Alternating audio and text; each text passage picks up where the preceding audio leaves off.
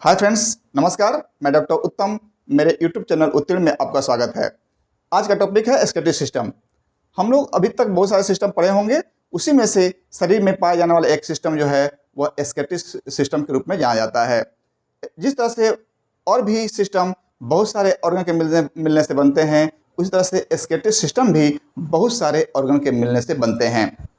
Escalatory system की जरूरत इसलिए पड़ी क्योंकि हमारे बॉडी में बहुत सारे हार्मफुल मटेरियल्स, वेस्ट मटेरियल्स बनते हैं जो शरीर के लिए बहुत ही हार्मफुल होते हैं। उनको शरीर से बाहर निकालना बहुत ज़रूरी होता है, इसलिए एस्केलेटरी सिस्टम का निर्माण हुआ, जिससे कि उन सभी मटेरियल्स को हम लोग शरीर से बाहर निकाल दें ताकि शरीर पर गलत प्रभाव न पड़े। आते हैं कि एस्केलेटरी मटेरियल्स में जो निकलते हैं वो बनते कैसे हैं, तो उसे हम लोग कहते हैं एस्केलेटरी प्रोडक्ट्स। तो एस्केलेटरी प्रोडक्ट्स जो होते हैं वो बनते हैं हमारे बॉडी के सेल्स में। एक प्रोसेस होता है जिसे हम लोग मेटाबॉलिज्म कहते हैं। मेटाबॉलिज्म में दो तरह का प्रोसेस होता है। एक प्रोसेस होता है एनाबॉलिज्म और दूसरा प्रोसेस होता है कैटाबॉलिज्म। एनाबॉलिज्म प्रोसेस जो होता है वह सिंपल मटेरियल को कंजुगेट कर करके कम्प्लेक्स मटेरियल बनाया जाता है, और कैटाबॉलिज्म जो होता है उसमें कम्प्लेक्स मटेरियल को ऑक्सीडाइज कर करके, ब्रेक डाउन कर करके सिंपल वन में बनाया जाता है। तो ऑक्सीडेशन के द्वारा यानी कैटाबॉलिज्म के द्वारा जो मटेरियल्स बर्न होता है, टूटता है, उसमें से कुछ बाई प्रोडक्ट्स भी निकलते हैं जो हार्मफुल होते हैं, जो विषैले होते हैं।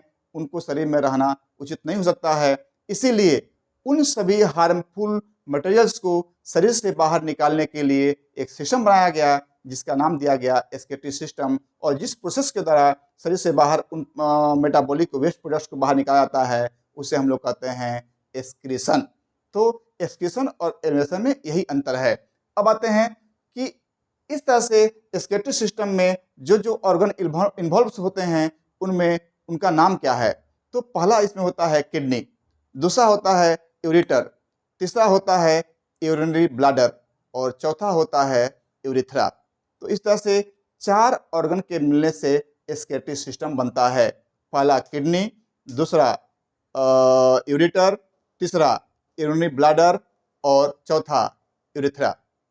सबसे पहले पढ़ेंगे हम लोग किडनी के विषय में। तो मनुष्य में पाया जाने वाला किडनी जो होता है वह बीन शेपेड स्ट्रक्चर होता है, यानी बीन के सीड के लाइक होता है, इसीलिए इसको हम लोग बीन शेपेड कहते हैं। यानी किडनी का शेप जो होता है वह बीन शेपेड होता है। वजन आएंगे अगर मनुष्य में देखेंगे तो मेल में इसका वजन 150 ग्राम होता है और फीमेल में इसका वजन 135 ग्राम होता है। तो यह हुआ वजन। अब आते हैं किडनी लोकेटेड कहाँ होता है।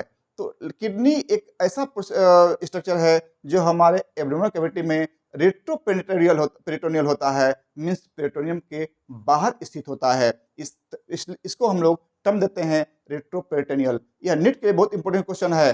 Kidney is the intraperitoneal, retroperitoneal, इसका आंसर होगा रेट्रोपेरिटोनियल। रेट्रोपेरिटोनियल मीन्स पेरिटोनियम के बाहर।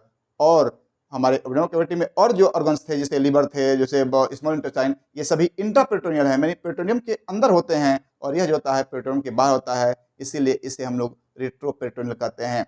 अब आते हैं कि ये लोकेटेड कहाँ होता है। तो किडनी जो होता है हमारे बॉडी में, हमारे स्पाइंस जो वर्टिब्रा होते हैं, वर्टिब्रा के दोनों तरफ राइट एंड लेफ्ट तरफ जो होता है यह किडनी लोकेटेड होता है। इसमें से जो राइट किडनी होता है वह जो होता है थोड़ा सा नीचे होता है और लेफ्ट किडनी थोड़ा सा ऊपर होता है। इसका कारण है कि राइट साइड में लीवर होता है, जिसके चलते इसका situation means location of the right kidney थोड़ा सा नीचे होता है और लेफ्ट किडनी जो होता है थोड़ा सा ऊपर की तरफ होता है। इसी के कारण राइट किडनी थोड़ा सा साइज में छोटा भी होता है और लेफ्ट किडनी थोड़ा सा बाहर होता है। राइट किडनी के ऊपर लिवर लोकेट होता है और लेफ्ट किडनी के ऊपर स्प्लीन लोकेट होता है। यह दोनों किडनी जो होता है हमारे एब्डोमिनल कैविटी के पोस्टीरियर वॉल से अटैच होता है। अब आते हैं हम लोग किडनी का स्ट्रक्चर देखते हैं।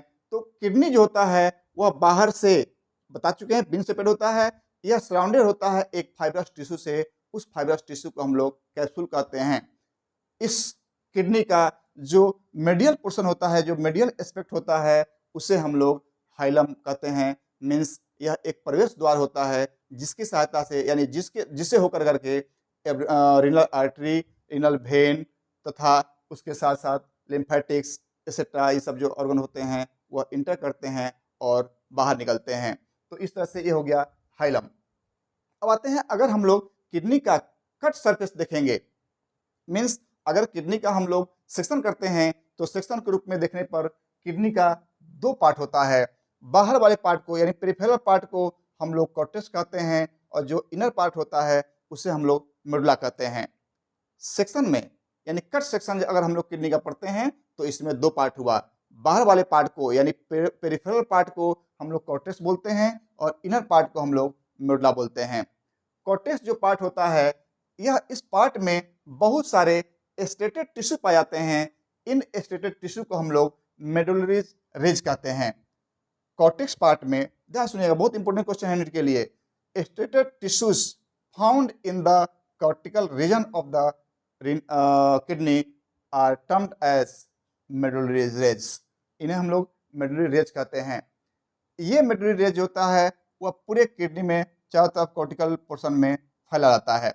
उसके बाद जो पोर्शन होता है उसे हम लोग मेडुलरी पिरामिड कहते हैं, सॉरी मेडुला कहते हैं।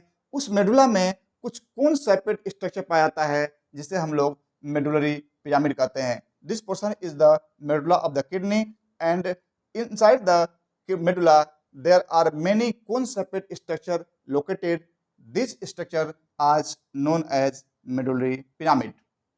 मेडुलरी पिरामिड जो होते हैं उनका जो एपेक्स होता है, मीन्स ये कौन सेपेड हैं, तो इनका जो एपेक्स होता है इस एपेक्स का टर्म दिया गया है रीनल पैपिला।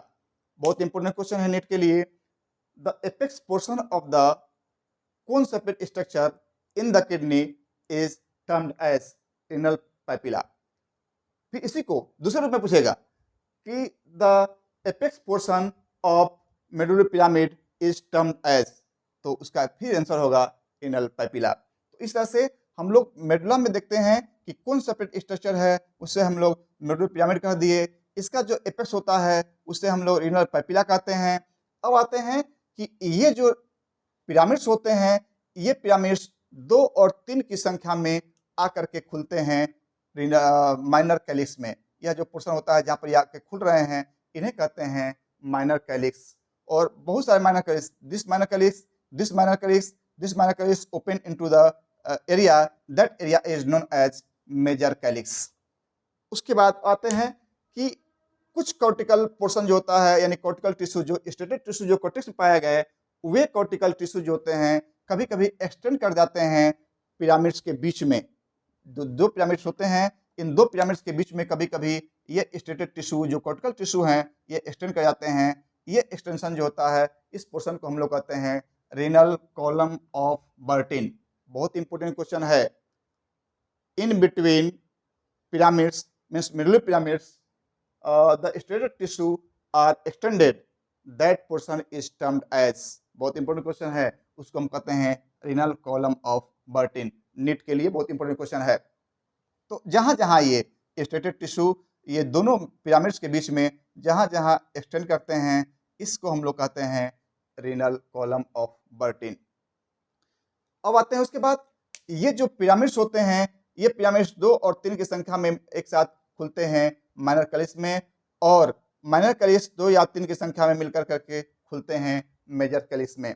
ये पोर्शन जो होता है उसके बाद यहाँ बनता है pelvis. Pelvis is the funnel shaped structure, means keep का, अगर हिंदी में बोलेंगे उसको तो कीप का इस आकार का होता है, उसे हम लोग पेल्विस बोलते हैं। यह हाइलम के पास में, हाइलम के एरिया में होता है। तो इस तरह से बहुत सारे माइनर कैलिक्स खुलते हैं मेजर कैलिक्स में, और मेजर कैलिक्स जो होता है एक साथ खुलता है पेल्विस में, जो एक फनेल शेपेड स्ट्रक्चर है।